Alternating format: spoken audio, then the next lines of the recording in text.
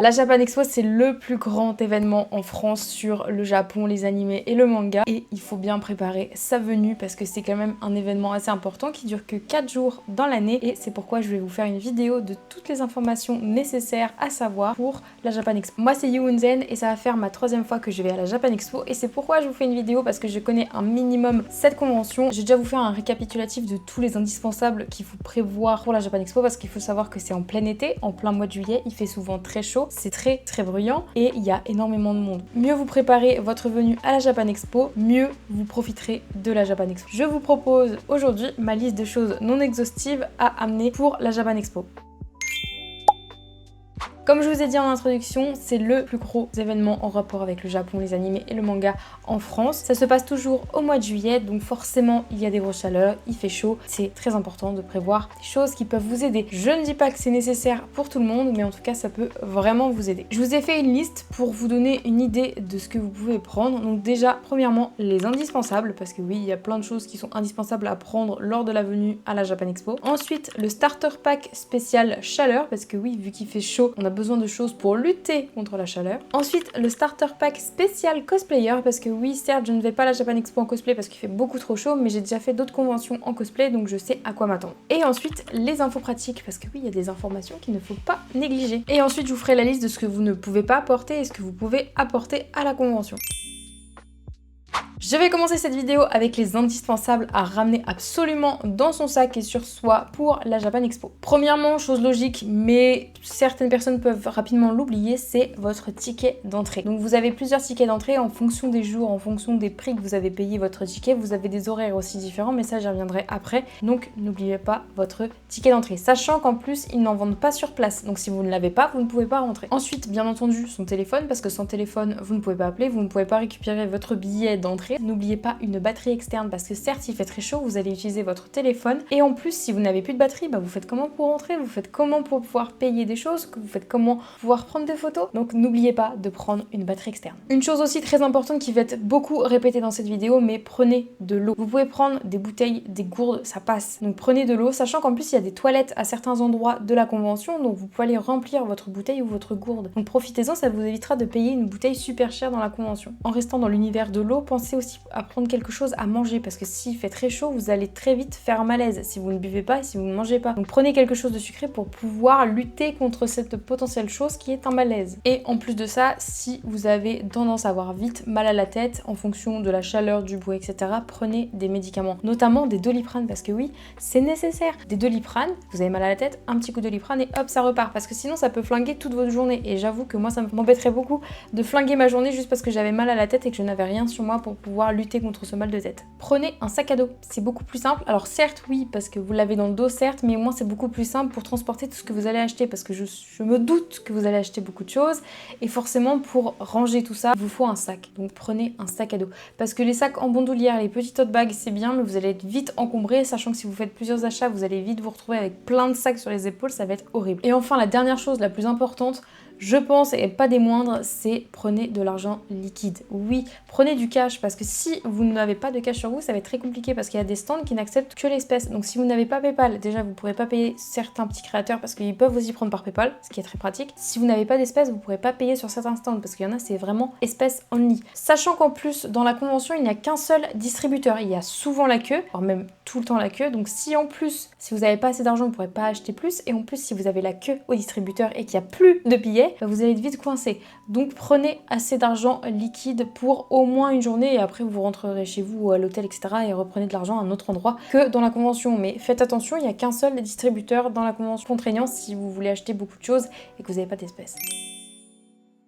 Je passe à mon starter pack spécial chaleur. Donc là, ça va regrouper un peu ce que j'ai déjà dit avant, mais des choses en plus qui peuvent être utiles si vous les avez. Notamment, c'est des choses secondaires, mais qui peuvent être très utiles. Sachant qu'ils annoncent en plus une canicule sur ce timing de convention. La première chose, pensez à vous habiller en conséquence. Donc habillez-vous légèrement. Vous aurez forcément chaud dans toute la convention, que ce soit dehors ou à l'intérieur, surtout à l'intérieur. Vu qu'il y a énormément de monde, forcément, il va y avoir énormément de chaleur. Donc prenez des vêtements légers. Je vais me répéter, acceptez, mais prenez bien une gourde et une bouteille d'eau, vraiment, parce que ça vous évite de payer une blinde pour une bouteille d'eau. À l'intérieur de la convention, c'est extrêmement cher, surtout si c'est pour acheter à manger et acheter à boire. Donc prenez en conséquence une gourde ou une bouteille d'eau. Vous pouvez, comme je vous ai dit tout à l'heure, la remplir dans les toilettes. Il y en a plusieurs des toilettes, donc vous pouvez littéralement remplir votre bouteille au robinet, ce qui coûte beaucoup moins cher. Alors oui, certes, c'est pas de l'eau de luxe, mais ça dépanne beaucoup pour au moins une journée. Une autre chose très utile pour lutter contre la chaleur et qui va vous aider, c'est un mini ventilateur portable. Oui, ça existe, j'en ai un, mais je l'ai pas sous la main, je sais même plus où est-ce qu'il est, faut que je le retrouve.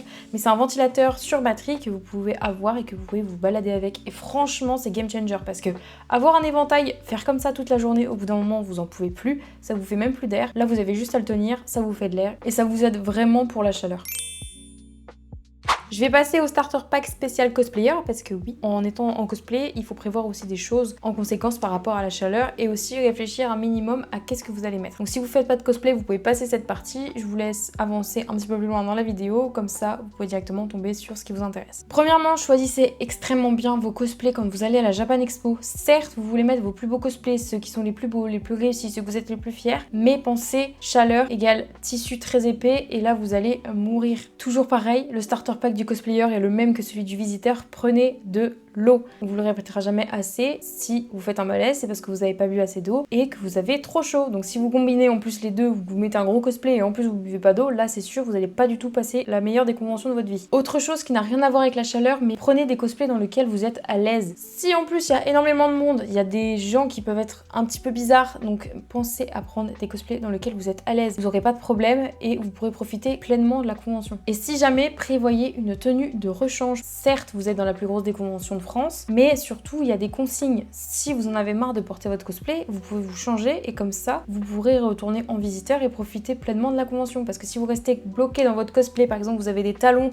il est épais, vous avez trop chaud, vous en avez marre, vous serez hyper content de pouvoir vous changer, retourner sur des baskets ou des chaussures plates. Soit vous vous baladez avec votre tenue de rechange, ce qui n'est pas ouf, soit vous allez en consigne. Il y a des consignes. Alors certes, j'ai vu que cette année, elle était extrêmement chère, 5 € par objet. Prévoyez potentiellement une tenue de rechange si vous voulez, en tout cas, vous changer dans la convention, ce qui peut être une bonne idée.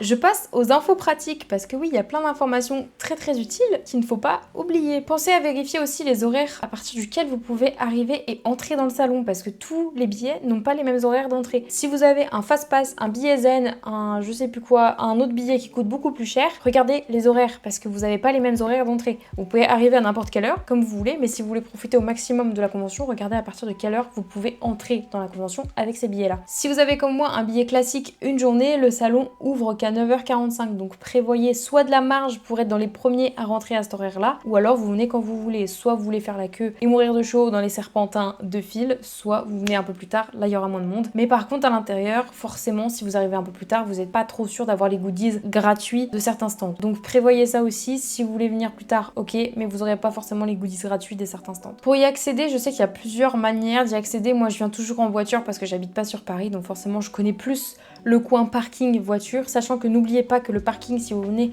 en voiture, il est payant. Je crois qu'il est à 16 ou 18 € je crois. Donc pensez-y aussi dans votre budget. C'est payant le parking si vous venez en voiture. Après vous pouvez venir aussi en RER. Alors je crois que c'est le B ou le D, je sais pas. Un des deux. Je suis pas de Paris donc je peux pas vous aider. Dites-le en commentaire lequel il faut prendre. Si vous avez d'autres moyens de trajet moins chers pour accéder à la JE, n'hésitez pas à me le dire aussi en commentaire. Comme ça peut aider d'autres personnes aussi pour avoir des infos. Mais en tout cas, si vous venez en voiture, le parking est payant. Je vais passer maintenant à tout ce qu'il ne faut pas apporter parce que ça va être confisqué et retenu par les agents de sécurité. Donc si vous les amenez, vous n'êtes pas sûr de revoir les objets en question. Je vais vous faire une liste, comme ça vous saurez ce que vous pouvez pas prendre et après je vous ferai la liste de ce que vous avez le droit de prendre. Les armes et les répliques d'armes parce que oui, on est toujours en plan Vigipirate. Donc les armes, c'est interdit. Les objets métalliques, je parle de grosse taille, tous les petits objets métalliques, ça vous pouvez. Vous n'avez pas le droit des sacs de plus de 25 litres. Vous n'avez pas le droit non plus aux bagages de plus de 55 par 35 par 25 cm. Donc ça fait vraiment un bagage cabine. Donc en plus si vous venez avec des grosses valises, là c'est plus possible, on peut plus passer. Ensuite, logique mais pas forcément pour tout le monde, les boissons alcoolisées. L'alcool est interdit dans ce genre de convention. En plus, les bouteilles en verre, ce qui est très dangereux parce que si elles cassent, vous pouvez mettre du verre partout. On sait pas ce que vous pouvez faire avec une bouteille en verre, donc c'est interdit. Et pour rester dans les bouteilles en verre, les objets en verre, on n'avait pas le droit non plus. Ensuite, les instruments sonores, style tambour, corne, mégaphone, ça c'est interdit. Et enfin, vous n'avez pas le droit aux rollers, skateboard et trottinettes. Je vais passer à la deuxième liste, c'est la liste des objets que vous avez le droit de ramener sous certaines conditions. Attention, écoutez bien. Vous avez le droit à des répliques d'armes non dangereuses et dont il n'y a aucune ressemblance avec une arme réelle. Le droit de prendre un sac à dos égal ou inférieur à 25 litres. Ensuite, vous avez le droit au sac isotherme. Oui, vous avez le droit, vous pouvez amener à manger et en plus, vous pouvez garder au frais certaines choses, que ce soit de l'eau ou de la nourriture. Par contre, il faut que ce soit en dessous de 25 litres. C'est comme les sacs à dos. Vous avez le droit aux bouteilles en plastique et aux gourdes, mais bien entendu avec bouchon. Je continue dans tout ce qui est bouteilles et boissons. Vous avez le droit de ramener des canettes en métal et des briques de jus, au cas où si vous voulez. Ensuite, vous avez le droit de ramener une glacière. Alors, j'avoue que je me verrais pas me balader à la JU avec une glacière, mais je ne sais pas non plus s'il y a la restriction de litres, parce que c'est comme un sac isotherme, c'est la même chose, sauf que là c'est une glacière. Mais je sais pas, parce que j'ai repris les informations sur le site et c'est pas écrit si on a le droit à une glacière énorme ou pas. Je pense que non, mais par logique, prenez une glacière en dessous de 25 litres, au cas où, si vous voulez ramener une glacière. Et en plus de ça, vous avez le droit de ramener votre nourriture. Pour tous ceux qui disent que le menu manga coûte très cher et que c'est un peu de l'arnaque, vous avez le droit de ramener votre nourriture. Certes, certaines personnes n'ont pas envie de s'encombrer avec ça, ce que je comprends, parce que moi non plus j'ai pas envie de m'encombrer avec ça. Je préfère profiter de la Japan Expo à fond et prendre directement à l'intérieur. Certes c'est cher, mais au moins je me balade pas avec de la nourriture qui peut en plus prendre la chaleur, couler dans mon sac, etc. Je préfère avoir un truc sur place. Je vais passer à un côté un peu plus technique maintenant. Vous avez le droit de ramener des appareils photo avec objectif qui s'enlève. Vous pouvez ramener aussi un trépied, une perche à selfie, etc., etc. Ça vous avez le droit, mais bien entendu c'est pas trop recommandé je trouve, parce qu'en vrai c'est très encombrant.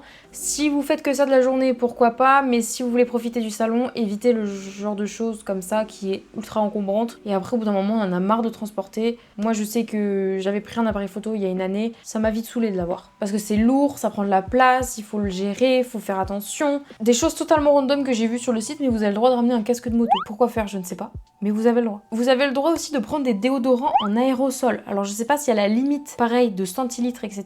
Et en plus des déodorants en aérosol, vous avez le droit aussi au brumisateur. Si vous avez très chaud et vous savez que vous pouvez tenir la chaleur grâce au brumisateur, sachez-le, prenez-en. Vous avez également le droit de prendre du matériel de couture pour réparer vos cosplays par exemple. Là, j'avoue que quand je l'ai lu sur le site, je me suis dit mais ça me viendrait jamais à l'idée de prendre ça, mais ça se trouve vous allez potentiellement le prendre ou vous posez la question de le prendre. Mais sachez que vous avez le droit de prendre un ordinateur portable, un notebook et une tablette. Pourquoi faire, je ne sais pas, mais vous avez le droit. Prenez pas des affaires qui ont de la valeur, vraiment prenez le strict minimum, parce que de toute façon vous allez être encombré si vous achetez des choses. Et enfin je finis par des choses un petit peu plus random, mais si par exemple il doit pleuvoir, prenez un parapluie, vous avez le droit. Pareil, si vous avez un enfant en bas âge, vous avez le droit aux poussettes et aux landaux. Donc il y a des choses, certes, moi je trouve ça pas très logique de les prendre, il y a des choses, ça me viendrait jamais à l'idée de les prendre, de le faire, mais ça peut être très bien d'avoir une petite piqûre de rappel sur tout ce que vous pouvez prendre ou pas prendre. Voilà la petite vidéo récapitulative de tout ce que vous pouvez faire, pas faire, prendre, pas prendre, et à ne pas oublier pour la Japan Expo, parce qu'à l'heure où je filme cette vidéo, il y a un peu plus d'une semaine avant la JE. J'espère que cette vidéo vous aura plu, vous aura aidé, n'hésitez pas à me le dire en commentaire, et moi je vous dis à très bientôt pour une prochaine vidéo.